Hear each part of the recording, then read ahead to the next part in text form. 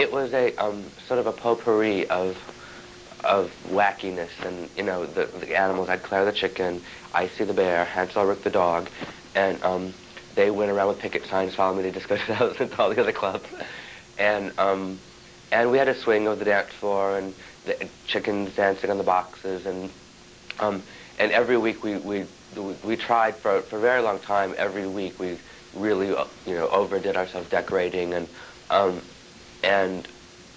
the concept was to have, there are 5 different rooms of the club, to have 5 different groups of scenes and groups going on in the different parts of the club, and it worked, and he liked that. So, and plus it was something that he wasn't doing in his club, and those people were not going to his club. So, for 6 months, Disco 2000 sort of broke even, or lost money, and it wasn't until he really sat down with me and wanted to further develop it before it started making money.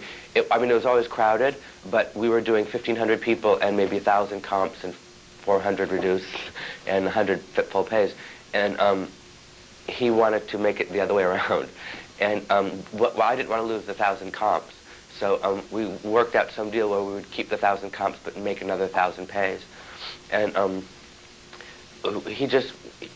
we worked together and developed new promoters and new people to bring in pay people, which is something we never really went after before, and it worked. And soon we were doing 2,500 people, and 1,500 of them were pays, or 2,000 of them even were pays, and that's when he became my friend.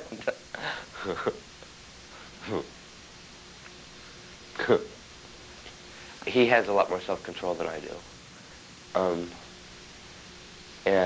Although when he goes into his addictive stage, he has less self-control than I do. So I guess he's another one of those bipolar kind of, not manic depressive, although maybe, but more, what would you call it? Not manic depressive, but one where you like binge, and then I guess sort of like a binge eater,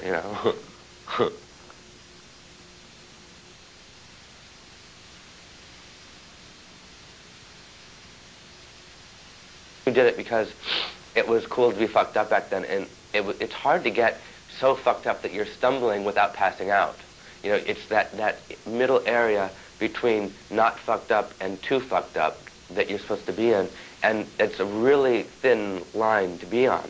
So it's easier just to pretend that you're there, Because once you're there, it's easy. You're not there for very long. It's easy to go over the line. One more pill, or one more sip, or one more bump, and you're over the line. I would always be on a few glasses of champagne at least.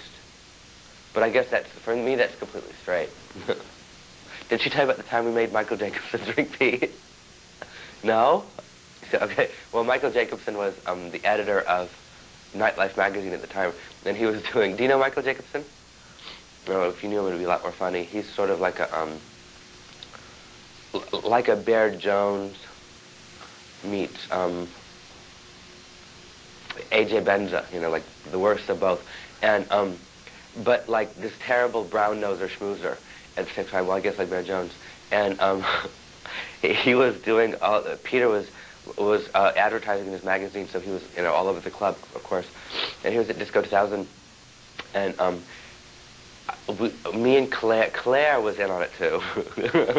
She, how Claire is. I peed in the cup, and it was warm, and Claire said to him, she said, "Michael, have you tried that new Japanese beer? It's warm."